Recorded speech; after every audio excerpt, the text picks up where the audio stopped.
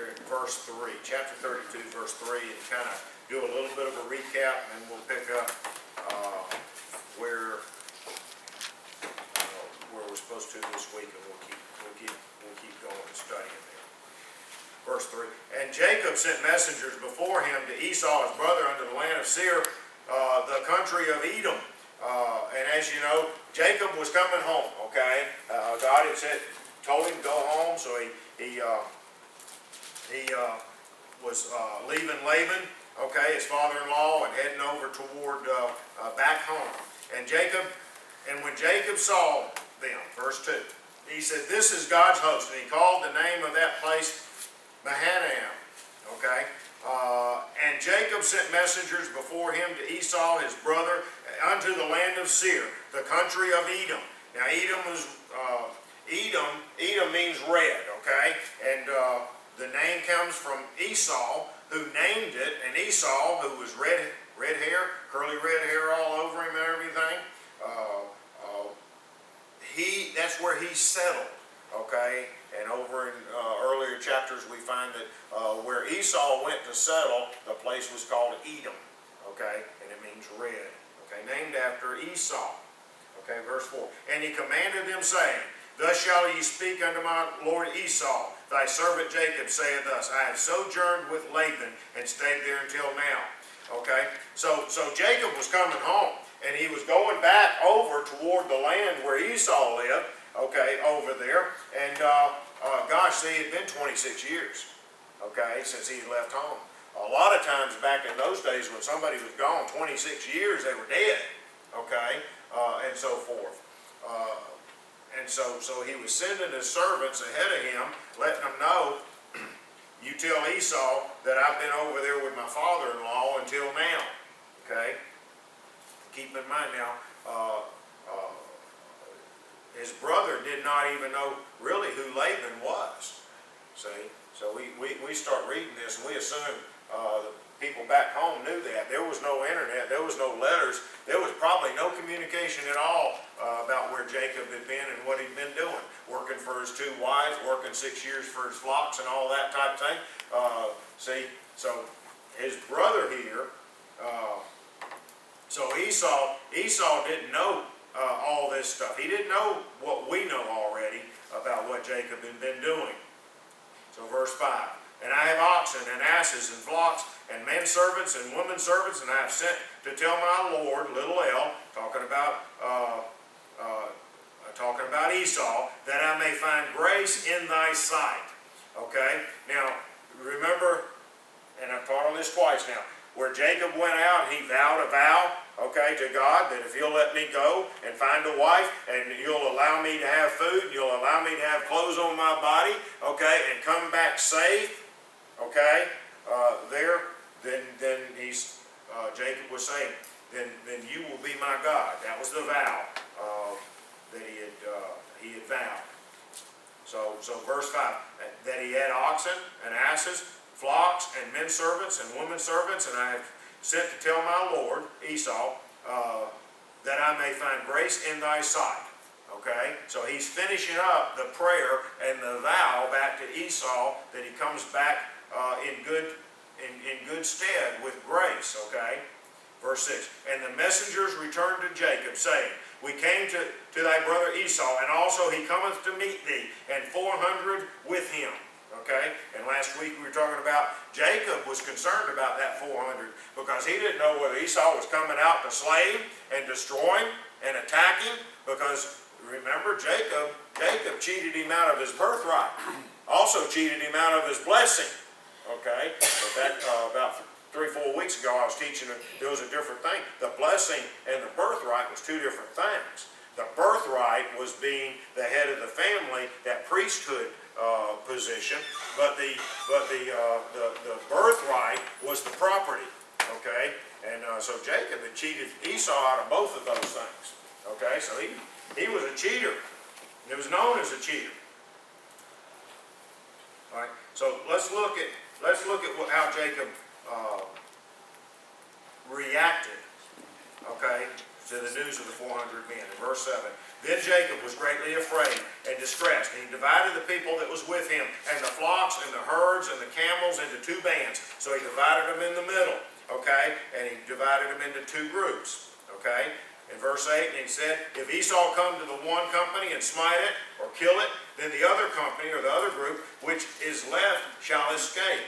Verse 9, and Jacob said, O God of my father Abraham, and God of my father Isaac, the Lord which saith unto me, return unto thy country and to thy kindred, and I will deal well with thee. Now, if we look over here in chapter 31, okay, verse 53 would be a good example. Now, Jacob's talking, the God of Abraham and the God of Nahor, okay, and Abraham and Nahor were brothers, and the God of their father judged betwixt us, and Jacob sware by the fear of his father Isaac. And last week I talked to you about the development of this identification of God, where today we know that's the God of Abraham, Isaac, and Jacob, okay? Back then, if you read 53, it was the God of Abraham and his brother Nahor, okay, and their father, okay? But then when it came down to Isaac, it was the fear of Isaac, okay? It wasn't talking about the God of Isaac. It was the God of Abraham. It wasn't the God of Isaac yet, and it hadn't really been termed as the God of Jacob. Abraham, Isaac, and Jacob. The way we know how to identify God, okay, today, Abraham, Isaac, and Jacob, it's a development. Over in verse 53, it was the God of Abraham, but it really wasn't the God of Isaac and Jacob yet. But now when we get over here in chapter 32, verse 9, and Jacob said, O God of my father Abraham and the God of my father Isaac, see, that's a new one, the Lord which saith unto me, return unto the Lord, capital L-O-R-D, which saith unto me, Jacob, return unto thy country and to thy kindred, and I will deal well with thee.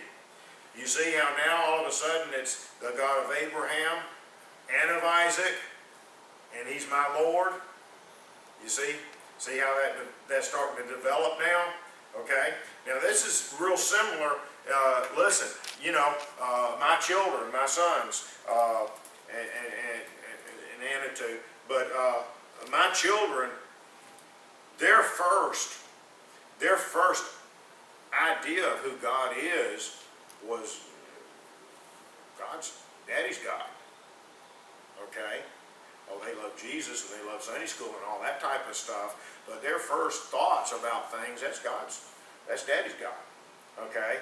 And it starts to be something that they start interacting, God starts to become something they interact with. And it has to be founded on something, then brought to them.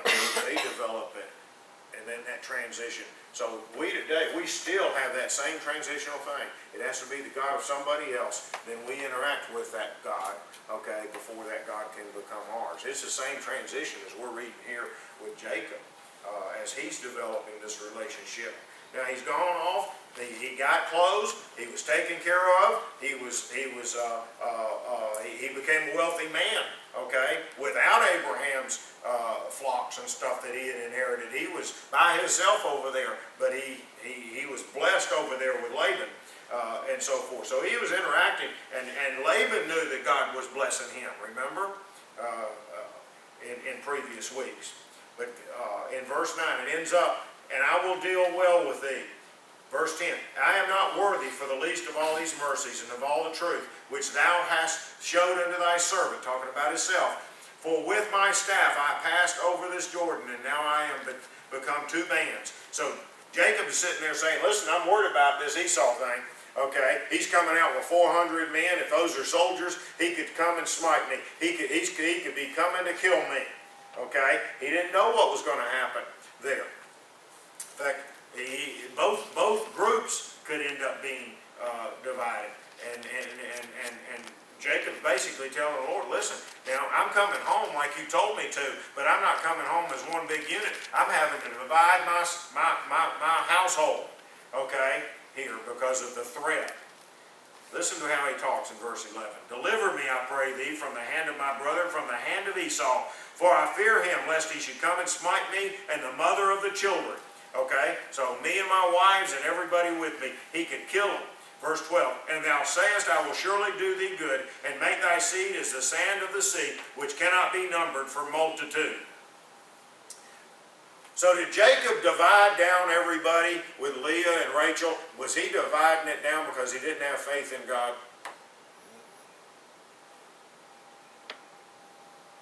No, he was concerned. He might have even been afraid of what was coming after him. Trying to be smart. Huh? He was trying to be smart.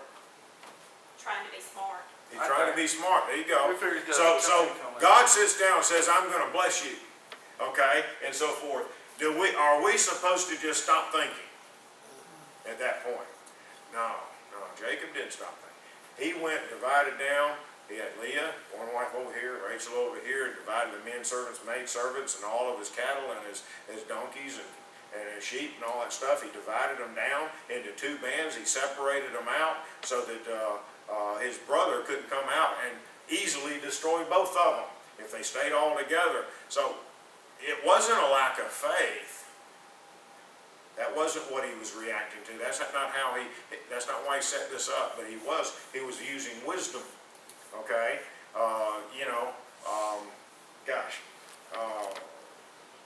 if we've got a hurricane coming out of the Gulf, okay, coming up in here and so forth, Larry wouldn't dig down and plant everything the day before that hits, would he? He would wait until after the hurricane came through, and he could get back in the fields before he planted his seed. Okay, he wouldn't invest what God's blessed him with out in the field if a hurricane was already coming in. He would wait. He would adjust. Okay, even though there's a certain day or something he'd like to get in the fields and get all that done and all that. If there's an outside situation coming in, he would adjust. The same thing happens in your life. Even though there's certain things you need to do, you need to use wisdom instead of just stop thinking and say, well, God's just going to take care of me. There's a difference between faith, okay, and a lack of wisdom. Okay? So if you know what Jacob's doing here, he divided them down using wisdom. It wasn't a lack of faith. Okay? Because did you hear what he was just saying? You know?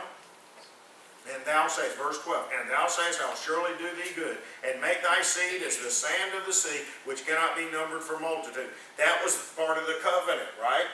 When God came down and talked to him. That's part of the covenant. And he's saying, Lord, now I know you said this. Okay? He's saying, deliver me from the hand of Esau. All right, let's go to verse 13. And he lodged there the same night. So he camped out and took that which came to his hand, a present for Esau his brother. And what he took was 200 she-goats and 20 he-goats and 200 ewes and 20 rams, which 30 milf camels with their colts, okay? 40 kine and 10 bulls, 20 she-asses and 10 foals. That's a lot of livestock he's gathered together. In verse 16, and he delivered them into the hand of his servants, every drove by themselves, and said unto his servants. So he divided them down by the kinds, okay, and gave them to servants, or droves. He gave them to his servants, and he said, pass over before me, and put a space betwixt drove and drove. So he told his servants, now listen, here's you got all the sheep, so there's a drove out there. And I got a servant, so you can separate yourself, put some space out, and then you're going to have the camels going out there, and then you're going to have the rams going out there. And in between each of the droves or groups, I want you to put space between them.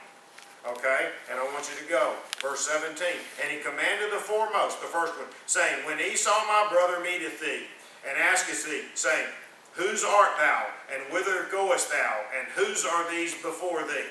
And you got to keep in mind now, as I said, Esau did not have a whole lot of knowledge about who was coming.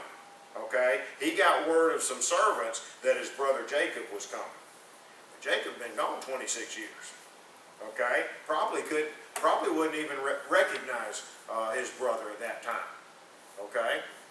And you keep this back. We're in Genesis, so keep in frame keep in mind the time frame we're working in history here. So it's a long time ago. People that went off many times never saw their family again. Okay? And his brother had been away 26 years. All right? So Jacob sent word, go tell him your brother's coming home. And Esau responded, bringing 400 people out there. We didn't know whether this was going to be a war of retribution from stealing the birthright, okay, and his inheritance, the blessing. We don't know what's fixing to happen. So Jacob divides it up. He takes one wife with a group of them over here, and another wife, and puts another group of them over here, and then he gets a present, sends them down, and so that somebody, some servant, might get through. I mean, Esau could have come marching out there and wiped out the first group with the servants and all those animals. Could have just wiped out the servants and stole the animals, for all we know. Jacob didn't know what was fixing to happen. So he sent this message with these servants, telling Esau, okay? And he gave him good instruction in verse 17. When Esau, my brother, meeteth thee, and asketh thee, saying, whose art thou? Okay? And where do you go? And whose are these before you? Whose are these servants? Who are these animals? Who do they belong to? Okay? Verse 18. Then thou shalt say, they be thy servant Jacob's. Okay? Now, based on the birthright and the blessing, does Esau serve Jacob, or does Jacob serve Esau? Based on the birthright, as Isaac handed it down. After the beans and their bean stew was gone, okay? Esau served Jacob. Esau was supposed to serve Jacob, right? That's the way it's set up based on the blessing from Isaac. But look at verse 18. Then thou shalt say, they be thy servant Jacob's. So Jacob was honoring Esau. Okay? He wasn't coming in as the one that had the birthright and the blessing. He wasn't coming in as the one that Esau was to serve. He came in with respect back into the land that he had left a long time ago. It is a present sent unto my Lord Esau, and behold, also he's behind us, he's behind us. Jacob's coming. Verse 19, and so commanded he the second and the third and all that followed the droves, saying, on this manner shall ye speak unto Esau when you find him. You see how Jacob was using some wisdom, and every servant had that same message coming in. If they got wiped out, hopefully one of them would get through. Okay? And so forth. So he was giving them guidance and some training there on how to deal with Esau a little bit. Verse 20, and say ye moreover, behold, thy servant Jacob is behind us. Make sure he knows I'm coming. For he said, I will appease him with the present that goeth before me, and afterward I will see his face. Peradventure he will accept me. Okay? So eventually I'm coming, Jacob said, if he'll accept me. Okay? What was God's promise to Jacob dealing with this? I'm going to take care of you. Okay? I'm going to make your offspring and your children be as the sands of the sea. Okay? What God's promise was nothing that would indicate that Jacob was going to get slaughtered. Okay? But he was still approaching this with wisdom. This was dangerous. This was a dangerous situation for both Esau and Jacob. Okay? Either one of these men could have behaved wrong, and this thing could have been just absolutely bloody. Okay? How it turned out. Has anybody ever had a fight within your family somewhere? How pleasant are those? This is a family fight. They did not leave on good terms. As nasty and as bad as some family fights are that maybe you're familiar with or maybe you've heard about, this is even more so because back then, these tribes and these people, that's how they accumulated wealth and power and protected themselves by wiping out the other ones. Okay? So this wasn't just, gee whiz, I'm not going to Mama's house on Thanksgiving. This is a major battle thing getting set up here. Okay?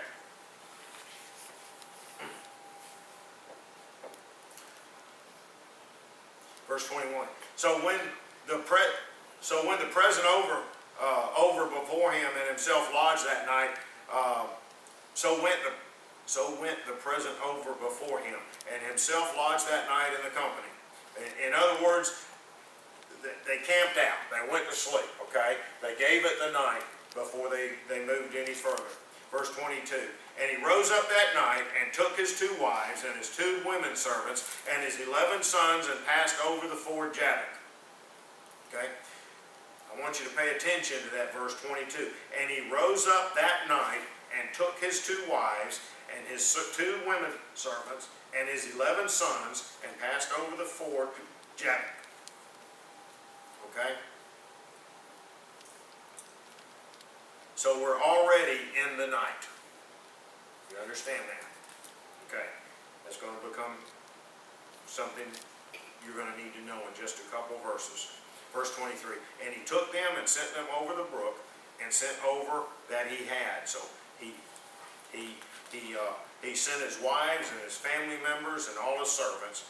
And then in verse 23, and he took them and sent over the brook and sent over that he had. So everybody that was left after the servants and all this livestock had gone forward, everything that was left, he sent them over the brook. Verse 24, and Jacob was left alone. And there wrestled a man with him until the breaking of the day. Okay? And we've all heard about how Jacob sat there and wrestled the angel of God all night long until his hip fell out. Right? It wasn't all night. Okay? It was a part of the night all the way up to morning. Okay? You remember verse 22 that I said? He took them that night. He took his 2 wives and his 11 sons and his servants. Okay? And it was already night. So the night had already come. I know it's been preached and I know it's been taught that Jacob wrestled all night long. Didn't wrestle all night. When it started, we don't know. Okay? But I'm gonna guess that it was already dark. Okay? Because of verse 22. And it was probably well within the night because he was moving his wives and his sons and his children and his servants probably under the cover of darkness. Okay? Because, right, this was a dangerous time. Okay? And then he was left alone. Verse 24. Okay? Then he wrestled a man with him until the breaking of the day. Okay? So we know that. We don't know how long that was. Okay? But, listen, if you've ever wrestled, it don't take long for you to get wore out. Okay? If you've ever wrestled anybody, in football, high school football, I wish Jackie was here because he and I probably fought each other a few times. But the coach would, you know those things that the Marine Corps, that bayonet stuff with the big Q-tips, big pads. Okay, they wouldn't give us 2 of those, but they'd give us 1 of them. And we'd grab that thing, one overhead grip and 1 underhand grip, and we'd have our football helmet on. And when he blew the whistle, you did everything you could to take it away. Which means you knocked them in the head, you flipped them over, you drug them through the dirt and the mud, the briars, anything else, you could try to scrape them off that thing so you could win. And 3 minutes doing that is a long time. Okay? 3 minutes, you're dead. You are sucking your lungs up trying to get air and everything. But if you wrestle any length of time, you will just absolutely wear yourself out. And this is what Jacob was doing. Now, I'm not indicating this was a 3 or 4 minute wrestling match. Okay, I imagine this went on for a few hours, several hours. Okay, so I don't think this was an easy thing he did. Verse 25. And when he saw that he prevailed not against him, he touched the hollow of his thigh, and the hollow of Jacob's thigh was out of joint, and he wrestled with him. Okay, so in verse 25, it says, and when he saw that he prevailed not against him. Who is he? When it says, and when he saw that he prevailed. Who is the he? The angel. The angel? Is that what everybody wants to say? Okay. He touched the hollow of his thigh, and the hollow of Jacob's thigh was out of joint, and he wrestled with him. Okay? Verse 26, and he said, let me go, for the day breaketh. And he said, I will not let thee go, except thou bless me. Okay. Why was it important that daylight was coming? They didn't want to. No. They weren't vampires. They weren't going to... They didn't want to be seen. They didn't want to be seen. Okay. Linda, that's a good point now. That's a good point. We'll find out how good in just a minute. And he said unto him, verse 27, and he said unto him, what is thy name? And he said, Jacob. Okay? Now, I want you to back up verse 26, the last couple of words, bless me. So Jacob was asking to be blessed. Okay? Does an angel have the authority to give a blessing? No. Was he wrestling an angel? Okay. We're just going to kind of like shredded pork. You got to get it well done and pull it together, pull it apart slowly. Verse 20, and he said, thy name shall be called no more Jacob, but Israel. For as a prince hast thou power with God and with men, and hast prevailed. Okay? It says in a little writing in my Bible here, he wrestled with an angel at Peniel, where he is called Israel. Is that what you were reading? Okay. All right. Verse 29, and Jacob asked him and said, tell me, I pray thee, thy name. And he said, wherefore is it that thou dost ask after my name? And he blessed him there. Okay? In other words, wherefore is it that thou dost ask after my name? This individual that Jacob is wrestling with, okay, is saying, why are you asking my name? And the inference is, you know who I am. Why are you asking my name? Okay? So now, based on your biblical knowledge, when Moses was at that burning bush experience and being told, you're going to go back into Egypt and lead the people out, okay? And Moses said, and who do I say has sent me?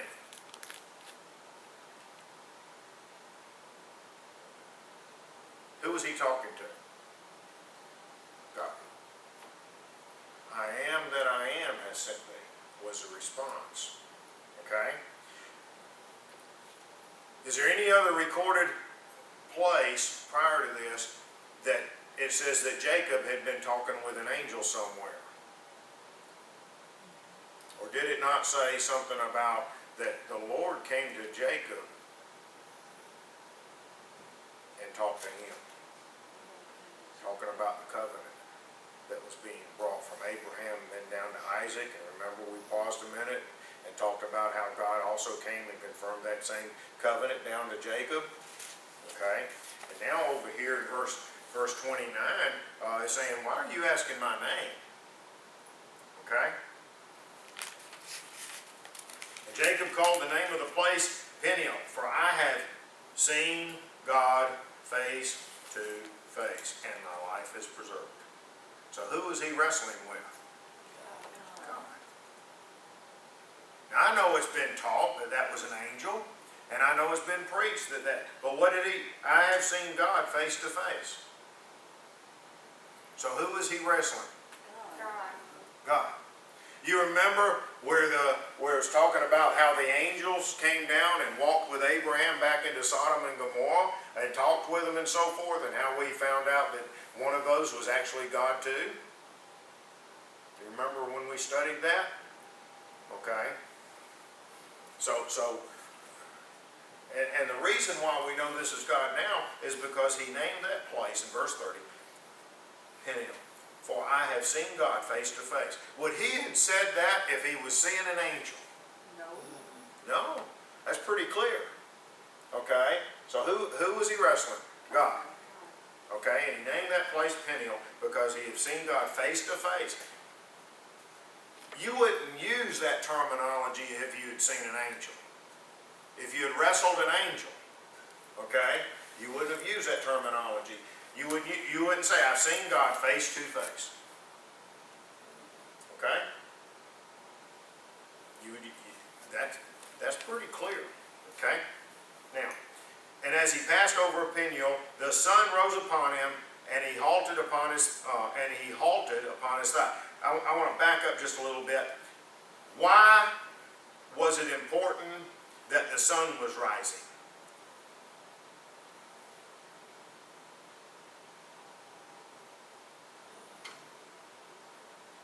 Verse 26, he said, let me go, for the day breaketh.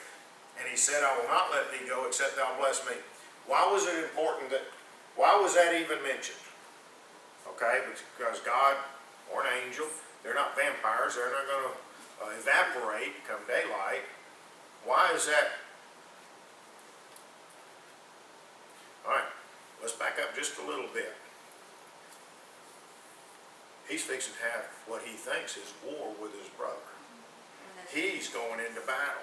He stayed up at night, separated his wives. He sent servants and all these gifts out with his servants and all that. He done all that preparation. Why? Because the next morning, all this was going to transpire. Okay? There was some big stuff fixing to happen. And so God sat down and said, hey, look, the sun's fixing to rise. Let me go. You're going to be busy in a minute. Okay? And Jacob said, no, I'm not going to let you go. And he held on for the blessing and so forth. And it says that God touched him on the inside of his thigh, okay? And it said that it was halt, okay? And that brings us back down to where we're at. So the reason why the sunrise was important was because what was happening just a few verses before is all the preparation to what we thought was going to be a major war, okay? With his brother and these 400 men that were coming out. Okay, his family was involved. His kids could have gotten slaughtered, and all that stuff. And that was going to start happening. Whatever was going to happen is going to start happening at daylight. Okay, so that's why the reference of, hey, look, the sun's coming up. Okay, is important. And I know in preaching and so forth, sometimes that's not really covered, the importance of the sunrise. Okay, and there's, I know when I was even up into teenage years, I was going, why was the sun so important? Well, one thing is that God doesn't reveal himself to everybody. So Linda, you're right. He didn't want to be seen by everybody. Okay, so that was. I would think if you're fighting and acting like a nut, you don't want everybody in the world to see it. Well, that's not the way I was thinking about it, but okay. That's a human side. Yeah. Says only God's back or feet or form in a symbolic sense may be seen. Okay, that's taught a lot of ways, and that is a cultural teaching of the Jewish faith.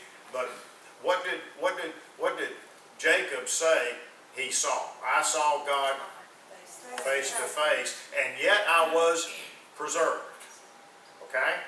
Now Moses, whenever he said, "Look, Lord, let me see you," and he said, "Look, Moses, I'll put you over here, up here in the cleft of the rock over here, and when I pass by, I'll let you see my backside, my hinder parts." It says in King James. Okay, so Moses didn't get to see God in his face, and that's where some of the cultural teachings from the Jewish religion comes, that you can't see God face to face. Okay, but what did Jacob say? He said, I saw God face to face, and yet I was preserved. Now, that's a big thing. Okay?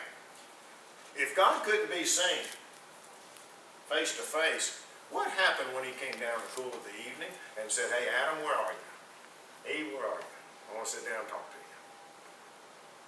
Do you think he backed up to him? Nothing indicated that. God's will is, okay, is to fellowship with us. And that's not to the back of his head, okay? See? Back in the Garden of Eden, he walked down and sat down, walked in the cool of Eden, fellowship with him, talked with him, and so forth. And I don't think he was sitting backwards when he was doing it. I think it was normal. But there is a progression of God and man being separated further and further, okay? From this face-to-face encounter in the Garden of Eden with Adam and Eve, to where this is a significant thing, where Jacob sat down and said, I saw God face-to-face, and yet I was preserved. So obviously there was some changing going on, to the point where when Jesus was hanging on the cross, and he said, Father, into thy hands I commit my spirit, and the ground shook, and the sky darkened, and it says that God turned his face from his son. You see the progression of sin over a few thousand years, from the Garden of Eden up until Gethsemane, had progressed to the point where God continually had to turn further and further away from mankind and sin. Okay? And it's not that we can't see God's face. Of course we can. One day we will. Okay? And so forth. But the problem comes in, not with God, but with our sin. You see? And over time, you see how even God's Word, it comes, He came down cool Eden, walking around with us. And then all of a sudden now, I got to see God's face to face, and yet I was preserved, I didn't die. And then a little bit later, we're going to see Moses. Look, Moses, I'll put you over here, and when I walk by, you can see my backside a little bit. You see? There's a progression, not from God, but from our sin in our relationship to the Father. Okay? Until one day we'll see Him. You see? And that's the redeeming power of God. That's His plan of redemption that we're seeing in place. Okay? So, wrestle me. There we go. I got to find out which page I'm on. Okay? So, verse 25, he touched the hollow of his thigh, and Jacob's thigh was out of joint, and wrestled with him. Verse 26, and he said, let me go, for the day breaketh. And he said, I'll not let you go, unless you bless me. And he said unto him, what is thy name? And he said, Jacob. And he said, thy name shall be called no more Jacob, but Israel. Okay? So, now Israel, is Israel a man, or is Israel a people?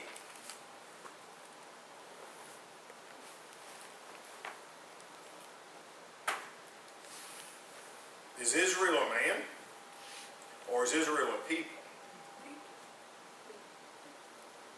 It's both. It's both. Okay? It's both. Okay? That covenant comes down. For as a prince hast thou power with God, with men, and hast prevailed. Okay? So he has power with God, he wrestled with God, and with men, and has prevailed. Now, what does prince mean? The Hebrew is sar, S-A-R. Okay? Used here. It's translated King James Version as prince, but it's also translated as head or commander. Okay? So where we think a prince is a monarchy type position, okay, it's better translated as head or a commander. Okay? So now Jacob now has become a commander, or the head of something big. Okay? And who called him that? God did. Verse 29. And Jacob asked him and said, tell me, I pray thee, thy name. And he said, wherefore is it that thou dost ask after my name? And he blessed him there. And Jacob called the name of the place Peniel, for I have seen God face to face, and my life is preserved. All right? And he passed over Peniel, the sun rose upon him, and he halted. Okay? Now that word halted means he limped. Okay? That's what that means. Halted means limped. He limped upon his thigh. Verse 32, important verse. Therefore the children of Israel eat not of the sinew which shrank. Okay? There. So not only was this thigh dislocated by the blow God gave him in verse 25, but the sinew shrank in verse 32. And the hip bone perhaps went back into place, and the sinew stayed shrunken enough to cause him to limp in verse 31. Okay? So he was left with a limp at that point. Okay? So to this day, they don't eat sinew. Okay? Now if y'all go to a Vietnamese kitchen and get you some good pho thai soup or something with a beef and some of this, you'll see sinew in there and tendon and all sorts of stuff in their soups. Okay? But the Jewish people will not eat sinew. Okay? It's eaten in a lot of different cultures. But Jews do not eat sinew for this reason right here. Because God touched it and it shrank. And this is where Jacob's or Israel's got his limb, okay, from fighting with God, okay.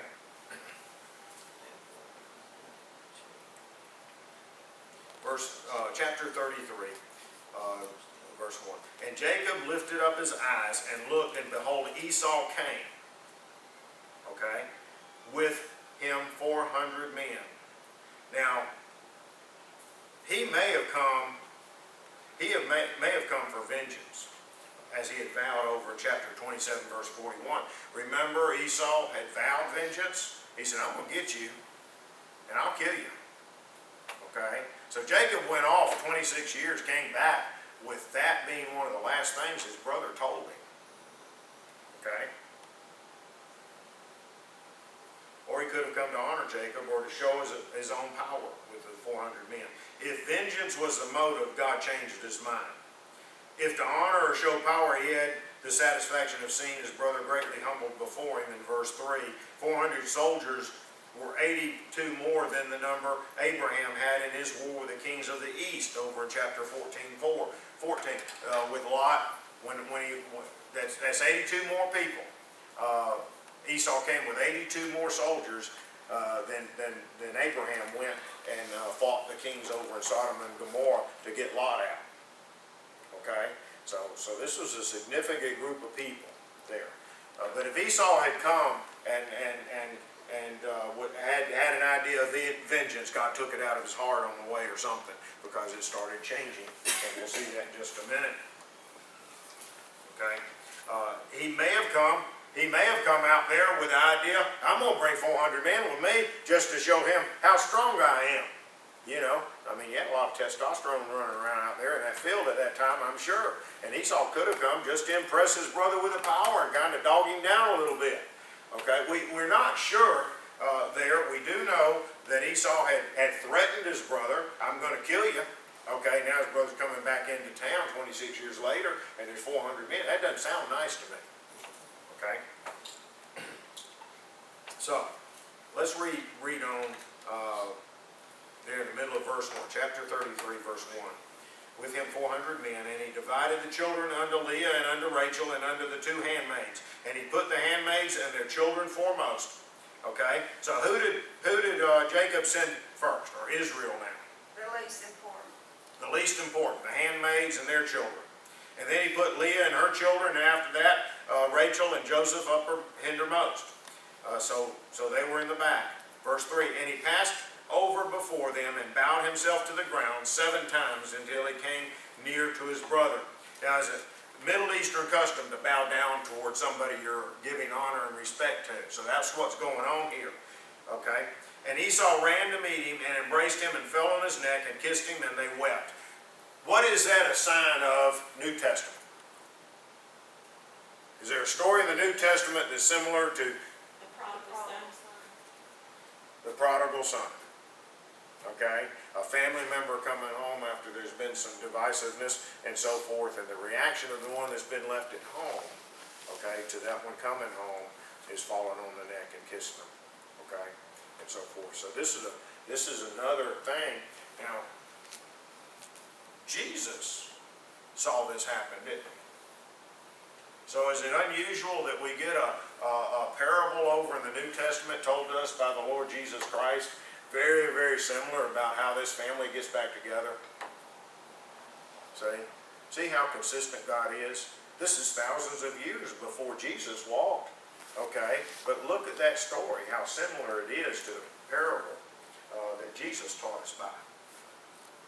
Okay? Verse 4, and Esau ran to meet him and embraced him and fell on his neck and kissed him, and they wept. And he lifted up his eyes and saw the women and the children and said, who are those with thee? And he said, the children which God hath graciously given thy servant, talking about giving me, okay? That's my family. Then the handmaidens came near, they and their children, and they bowed themselves. So they were respectful as well. In verse 7, and Leah also with her children came near and bowed themselves, and came after Joseph near, and Rachel, and they bowed themselves. So everybody in Israel's household there came down and respectfully interacted with his brother, okay, there. So they all greeted him well, and so they were well versed in how to greet these people, okay, and how to greet Esau. Verse 8, and he said, what meanest thou by all this drove which I met? So Esau sitting there going, what are all these cows and camels and sheep and rams and all these servants and everything? What is all these droves coming there? And he said, these are to find grace in the sight of my Lord. Small case L-O-R-D. Okay? So Jacob or Israel said, these are to find grace in the sight of you, Esau. And Esau said, I have enough, my brother. Keep that which thou hast unto thyself. That's awful nice. This is how a person developed wealth and so forth. It's a great gift. Now Esau's sitting there and keep it. I've got enough. I've got plenty of stuff. Look at what God does with his grace. Who got the birthright? Who was giving up the gift? Esau. What was his reasoning? He had enough. I've got enough. I've got plenty. Do you see the grace of God in that little interaction right there? The one that didn't get the birthright was still taken care of by God Almighty to the point where he could turn it out a mighty blessing. Okay? So, verse 10, and Jacob said, no, I pray thee, if I have found grace in thy sight, then receive my present at thy hand, for therefore I have seen thy face, as though I had seen the face of God, and thou wast pleased with me. So look, now Jacob, or we're going to start calling him Israel now, sat down and interacted with his brother and said, listen, you know, I've seen your face, and it's as though I've seen the face of God, and thou wast pleased with me. Israel is sitting there telling his brother, see in your face that you're pleased with me, that I've gotten grace. Remember that vow he vowed earlier, a few chapters ago, about if you'll just bring me back, okay, in peace to my brother, then you'll be my God, okay? This is what Israel then was telling his brother, how great it was to fall in grace with you after all that's happened between us. It's as if I've just seen God face to face, okay, because you've accepted me. That's a big compliment. Now, I believe that's heartfelt, okay? The tension and the stress that had been on him to have his brother run to meet him, fall on his neck, kiss him, and allow him just hug and cry for a while, okay, and so forth, and they're reacting that way, and you're pleased with me.